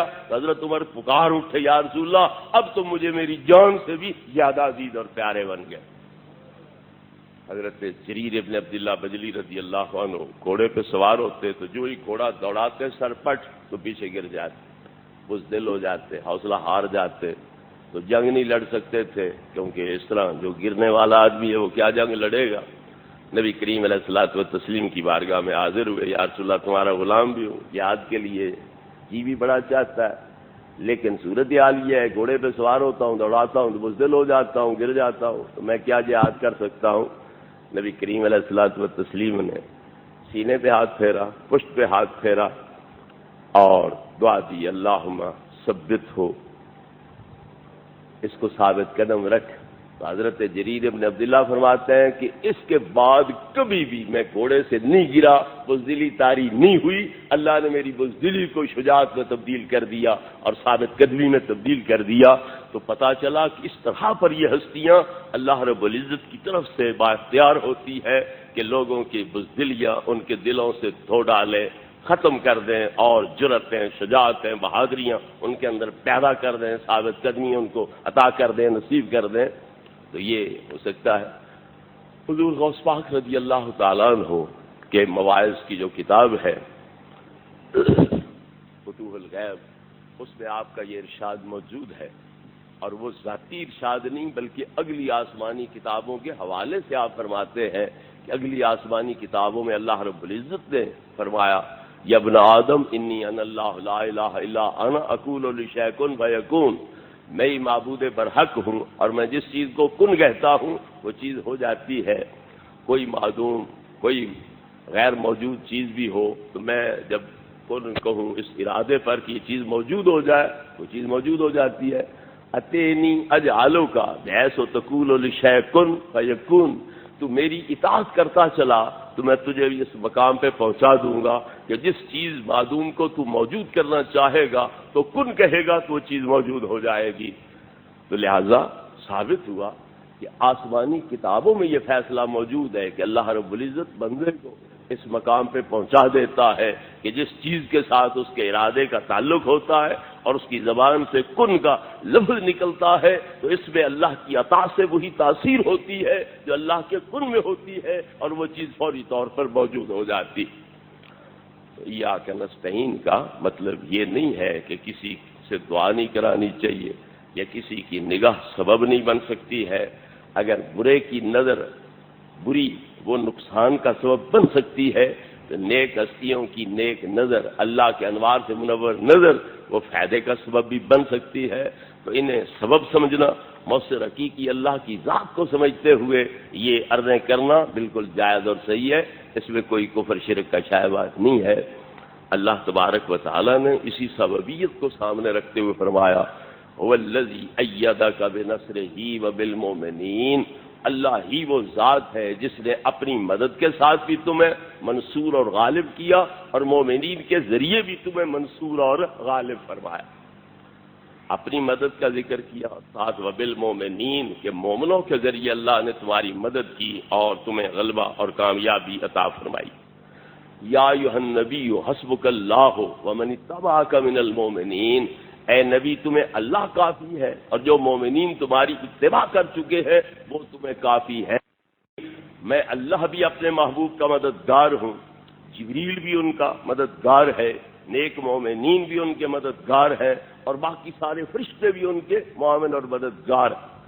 اگر مدد غیر سے لینا ہی شرک ہے اور کوئی غیر مدد دے سکتا ہی نہیں ہے فإن اللہ هو مولاه فقط اتنا کہا جاتا تو جبریل کیوں کہا گیا, صالح المومنین کیوں کہا گیا, والملائکۃ بعد ذلک ظہیر کیوں کہا گیا؟ اس سے پتہ چلا کہ اللہ کی مدد اس کی شان کے لائق ہے اور ان کی مدد ان کی شان کے لائق ہے. ایک بندہ زخمی ہوتا ہے, کوئی حادثہ وغیرہ نعوذ باللہ ہو جاتا ہے تو پھر اسے فوری طور پر طبی امداد مقامی اسپتال سے مہیا کی جاتی ہے, پھر اسے بڑے اسپتال کی طرف منتقل کیا جاتا ہے. اخباری بیان آپ پڑھتے ہو فلاں کو فلاں ڈسپنسری کے انچارج وغیرہ نے طبی امداد مہیا کی, پھر اسے فلاں جگہ منتقل کر دیا. تو جب غیر مدد دے ہی کوئی نہیں سکتا تو طبی امداد کیسے آ گئی؟ تو مطلب یہ ہوا کہ عالم اسباب کے تحت جو دوا مرہم پٹی وغیرہ مناسب ہے یہ بندوں کی مدد ہے, شفا دینا اللہ کی مدد ہے. کوئی اللہ سے کہے یہاں پٹی تو باندھ, ٹیکا تو لگا, گولی تو دے, سیرپ تو پلا, یہ بے حیائی ہے, بے ادبی ہے. کوئی جنگ میں مدد کہتا ہے تو اللہ سے کہے تلوار پکڑ ہمارے ساتھ کھڑا ہو, زرہ پہن, خوذ سر پہ رکھ, ہمارے ساتھ آ کے کھڑا ہو, یہ بے حیائی ہے. اللہ سے فتح مانگی جائے گی نہ کہ تلوار لے کے اپنے ساتھ کھڑے ہونے کا مطالبہ کیا جائے گا. تو اللہ کی مدد اس کی شان کے لائق ہے, بندے کی مدد وہ بندے کی شان کے لائق ہے. تو حاکم حکیم داد و دوا دیں یا کچھ نہ دیں, مردود یہ مراد اس آیت خبر کی ہے. تو بندے کی مدد اس کی شان کے لائق, حاکم ہے تو اپنی شان کے لائق مدد کرے گا, حکیم ہے تو اپنی شان کے لائق, پیر ہے, ولی ہے, نبی ہے تو دعاؤں کے ذریعے نگاہوں کے ذریعے, اور اللہ رب العزت حقیقی طور پر مدد فرمائے گا کہ وہ فتح اور کامیابی جو ہے وہ عطا کرے گا. بچے پیدا ہوتے ہیں تو خالق اللہ ہے, ماں باپ کا دخل کوئی, خالق تو اللہ ہے, پیدا تو وہ کر رہا ہے, ماں باپ کا دخل کوئی. تو بڑی واضح سی بات ہے کہ ماں باپ کا بھی دخل ہے, اللہ رب العزت کا بھی دخل ہے, خلق ایجاد کے لحاظ سے اللہ کا دخل ہے, اور سببیت کے طور پر ماں باپ کے ملاپ کا دخل ہے, ان کی تربیت پرورش کا دخل ہے, جس سے یہ پیدا ہوتا ہے, پھر پروان چڑھتا ہے, جوان بنتا ہے. تو لہذا اللہ رب العزت بھی دخل اس میں رکھتا ہے, خلق ایجاد اس کی طرف سے ہے, اور کسب سببیت جو ہے وہ ماں باپ کی طرف سے ہے. تو اسی طرح تمام معاملات کے اندر لوگ بھی دخل رکھتے ہیں, اللہ کا بھی دخل ہے. تو اللہ رب العزت کی مدد اس کی شان کے لائق ہے, بندوں کی مدد وہ بندوں کی شان کے لائق ہے. مزید بات سے پھر اگلے درس میں عرض کی جائیں گی. دوسری پڑھ لیں.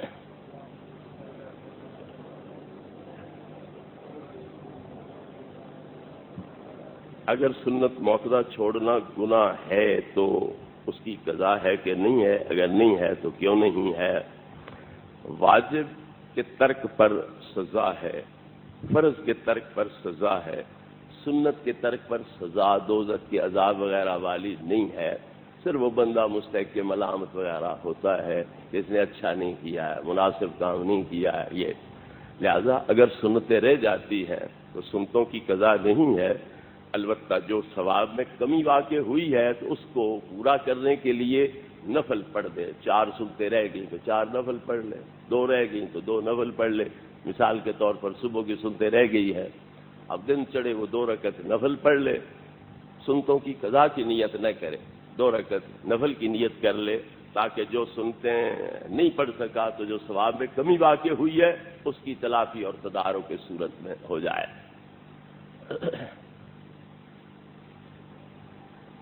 حدیث شریف جس میں 72 فرقوں کا ذکر ہے، کیا یہ صحیح ہے؟ 72 کا نہیں، 73 کا ذکر ہے۔ ویسے 71 کا بھی ہے، 72 کا بھی ہے، 73 کا بھی ہے۔ نبی کریم علیہ السلام نے فرمایا یہودیوں کے 71 فرقے بنے، ایک جنتی 70 دوست کی، عیسائیوں کے 72 بنے، ایک جنتی 71 دوست کی، مسلمانوں کے 73 بنیں گے، ایک جنتی ہوگا، 72 اس میں دوستی ہوں گے۔ لیکن یہ مطلب نہیں ہے کہ 72 مولویوں نے بنا دیے ہیں لہذا یہ مولوی مجرم ہے، یا نبی نے کیوں اس طرح کہا ہے؟ نبی تو فرقہ بندی مٹانے کو آئے تھے، تو فرقے کیوں بنا دیے؟ وہ بنا نہیں گئے، وہ خبر دے گئے ہیں کہ ایسے ہوگا۔ بنانا اور چیز ہے، خبر دینا اور چیز ہے۔ نبی کریم علیہ الصلوۃ والتسلیم نے خبر دی کہ قیامت کے قریب کوئی اللہ اللہ کرنے والا نہیں رہے گا، تو کیا نبی پاک روک گئے ہیں کہ قیامت کے قریب اللہ اللہ نہ کرنا؟ آپ نے جو صورتحال پیش آنے والی ہے اس کو بیان کیا ہے کہ ایسے ہوگا، دجال آئے گا، تو نبی پاک آپ دجال بھیجیں گے؟ اللہ نے بھیجنا تھا تو آپ کے علم میں ہے، آپ نے اس کی خبر دے دی۔ تو اسی طرح لوگوں نے اپنی سوچوں کے مطابق 73 فرقوں میں بڑھنا تھا، تقسیم ہونا تھا۔ نبی کریم علیہ السلام کو اس غیب سے اللہ نے آگاہ کر دیا، آپ نے لوگوں کے سامنے بیان کر دیا، اور نجات کی صورت بھی بیان کر دی کہ ما انا علیہ وصحابی، جو میری راہ پر میرے صحابہ کی راہ پر رہے گا وہ نجات پا جائے گا، جو میری راہ یا میرے صحابہ کی راہ کو چھوڑے گا وہ دوزخ میں چلا جائے گا۔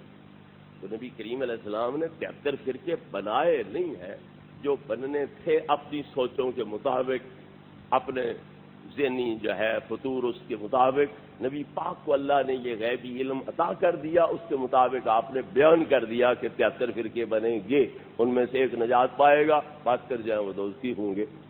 تو لہذا نبی پاک کے ذمہ لگانا کہ آپ نے کیسے فرقے بنا دیے، یہ بات غلط ہے۔ قرآن اور نبی پاک تو کہہ رہے ہیں لا تتفرقوا، فرقوں میں مت بٹو، اپنے اندر وحدت پیدا کرو، یکجہتی پیدا کرو۔ لیکن لوگوں نے جو خلاف ورزی کرنی تھی اور 73 فرقوں میں بٹنا تھا اس کو بھی ساتھ بیان فرما دیا۔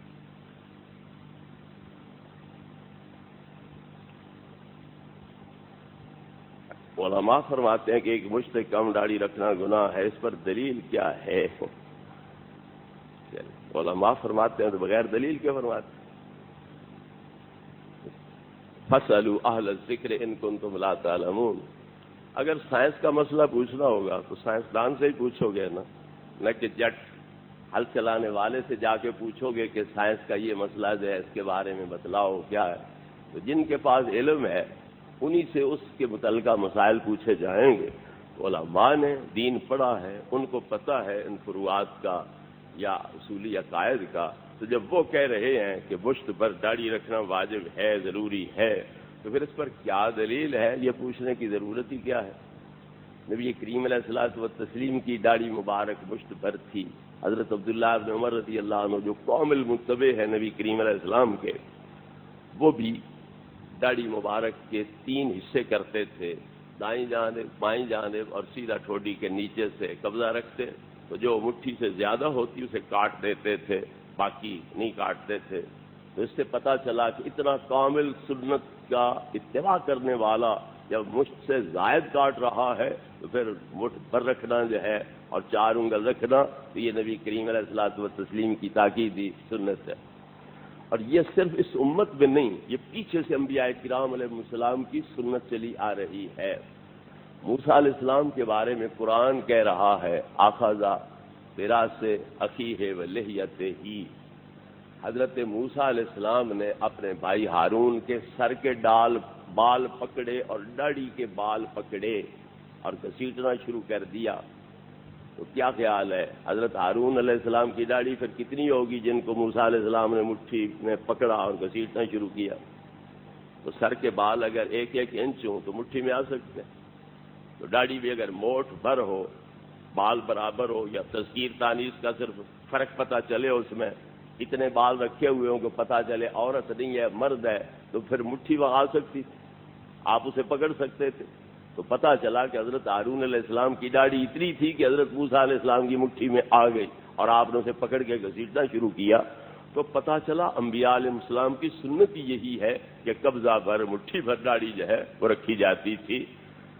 اور ایک محقق آج کل جو کہتے ہیں بس نشان کافی ہے، اس کے ساتھ ہمارے سیال شریف کے مدرسے کے ناظم مرحوم ڈاکٹر تذکیر احمد صاحب نے بڑی واضح تمیز کی، آخر میں کہا کہ جتنے بزرگان دین گزرے ہیں ان کے فوٹو تو بنے ہوئے ہیں، کسی کا فوٹو دیکھ کے بتلا دو کہ اس کی داڑھی اتنی ہو جتنی جناب نے رکھی ہوئی ہے، اتنی ہو، نشان صرف ہو داڑھی کا، کسی کی دکھلا دو، جس کی بھی ہے بھاری داڑھی ہے، سینہ اس سے بھرا ہوا ہے۔ نبی کریم علیہ السلام کے بارے میں خصائص کے اندر جگہ جگہ موجود ہے، قص اللحیہ، آپ کی داڑھی مبارک گھنی تھی، مولا مرتضیٰ کی داڑھی اتنی تھی کہ سینہ اس سے بھر جاتا تھا، لہذا کم از کم مشت بھر رکھنی چاہیے۔ لیکن اگر علماء مشائخ کی 4 انگل کی بجائے 6-7 انگل ہو جائے تو بھی کوئی حرج نہیں ہے، جائز ہے، عام لوگوں کو 4 انگل تک رکھنی چاہیے، لیکن مشائخ سے زیادہ بھی رکھ سکتے ہیں۔ صحابہ کرام علیہ رضوان، حضرت صدیق، حضرت عمر فاروق رضی اللہ عنہ، حضرت عثمان، حضرت مولا مرتضیٰ رضی اللہ عنہ کی داڑیاں اتنی بڑی ہوتی تھی کہ سینہ ان کا بھرا ہوا ہوتا تھا داڑھی مبارک کے ساتھ۔ خارجی کے واقعہ میں آپ نے فرمایا کہ سب سنی ہو گئے اور باقی وہابی ہو گئے، تو کیا اس وقت بھی سنی وہابی موجود تھے؟ تو کیا خیال ہے؟ پہلے کوئی نہیں تھے؟ یہ خارجی اور رافضی بڑا پرانا فرقہ ہے، اہل سنت خارجی رافضی یہ بڑے پرانے ہیں۔ جب یہ جنگیں ہوئیں صحابہ کرام علیہ رضوان کی آپس میں حضرت عثمان کی شہادت کے بعد، تو جو حضرت علی کے زیادہ طرفدار بن گئے، محبت میں حد سے تجاوز کر گئے، وہ رافضی بن گئے، وہ امیر معاویہ اور باقی صحابہ کو سب کرتے، تبرے کرتے، گستاخیاں کرتے، تو یہ لوگ رافضی بن گئے۔ اور جو ان سے چڑھ کے حضرت علی کی شان میں گستاخی کرتے، بے ادبی کرتے، یہ شرک کے فتوے لگاتے اس طرح پر، تو وہ خارجی بن گئے۔ اور جنہوں نے ان لڑائیوں کو بشری تقاضے سمجھا اور ہر ایک کا ادب کیا، احترام کیا، ہر ایک کی خداداد شانوں کو تسلیم کیا، وہ الحمدللہ اہل السنت والجماعت رہے۔ یہ بڑے پرانے فرقے ہیں، یہ کوئی نئی بات نہیں ہے۔ آج کل انہیں وہابی کہہ دیا جاتا ہے، نجد والے خارجیوں کی وجہ سے پرانا لقب خارجی تھا، اب وہابی کہہ دیا جاتا ہے، صرف نام بدلا ہے، حقیقت وہی کی وہی ہے۔ تو پہلے خارجی کہلاتے تھے، اب ذرا وہابی کا لفظ اس عبد الوہاب کی وجہ سے استعمال کرنا شروع کر دیا گیا۔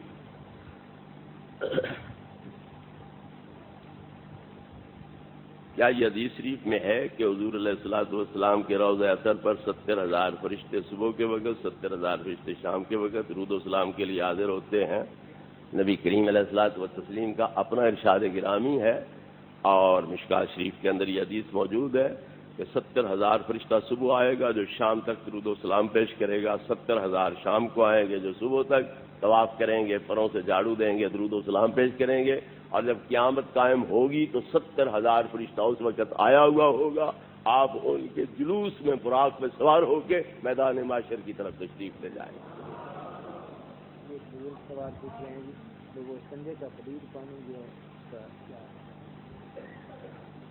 استنجے کا مطلب یہ نہیں کہ وہ پیشاب پاخانہ یعنی تشریف کو دھو کے وہ پانی اوپر ڈالا جائے، ہر وقت پلید تو نہیں نہ ہوتی وہ جگہ، استنجے کے بعد پاک ہوتی ہے کوئی نہ، تو یہ مطلب ہے کہ ان اعضاء کو پھر دھو لیا جائے اور وہ پانی پلٹ دیا جائے۔ یہ تو مطلب نہیں کہ پیشاب پاخانے کا جو دھون ہے وہ ڈالا جائے اوپر، وہ تو پہلے استنجا وغیرہ کیا ہوا تھا انہوں نے، اب مطلب ہے صرف ان اعضاء کو دھو کے وہ پانی جو ہے وہاں ڈالا جائے، نہ کہ پیشاب پاخانہ جو ہے وہ دھو کے اوپر ڈالا جائے۔